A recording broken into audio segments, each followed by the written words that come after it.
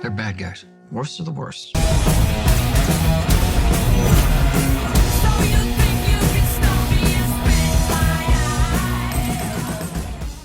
Actually, I had no idea. No, I had never read the Katana comics, so... Me either, at all. I think I'd never even heard of Suicide Squad.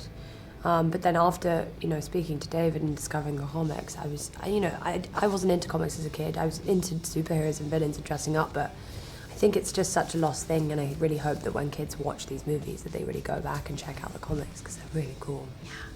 Yeah. For sure. I think it was just about, like, finding that demon inside myself and exercising it on screen, basically, and really understanding what June was going through by feeling completely out of control. David described it very well. It's like if you've ever blacked out drunk and you kind of wake up and you're like, something, when you were asleep, you've gone and like killed a bunch of people and tried to take over the world. So it's kind of just understanding how lost and crazy she would feel and out of control of her life, when she's been someone who's been in control most of her life. A couple bruises here and there, but nothing serious. We went through a month and a half of pre-production, and then we were also training while filming. We did a lot of sparring together. Mm-hmm. Cara's a fighter. No, she's so fast, though. Like, literally, because she just goes in and just, like, you can't even see her hands move, and you're like, how did that happen? Ow.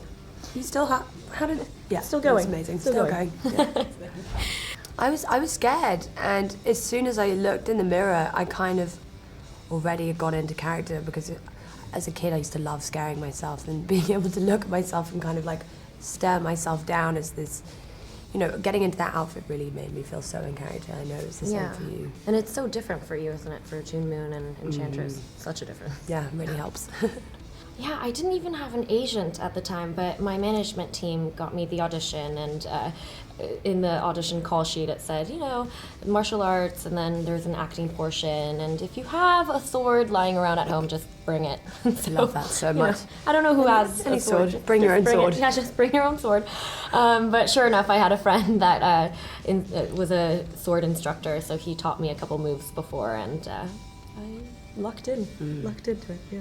It's so cool. For me as a kid, I grew up dressing up as all these superheroes, but they were always men. And I think now to see, going to Comic-Con and stuff and see girls dressing up as us, I mean, it's so nice. I just think it's about time that it's happening.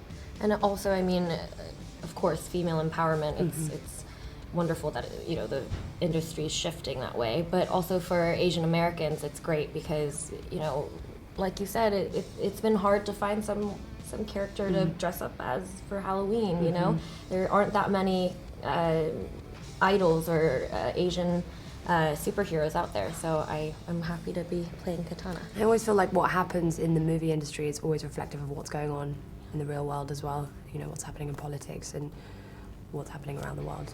You'd actually be surprised. I can really, apart from obviously being on this tour where people pretty much know where you are most of the time, I can go days and walk around the street and kind of do everything I can without being recognized. Yeah, it's great. I'm very happy with that. Don't change, please.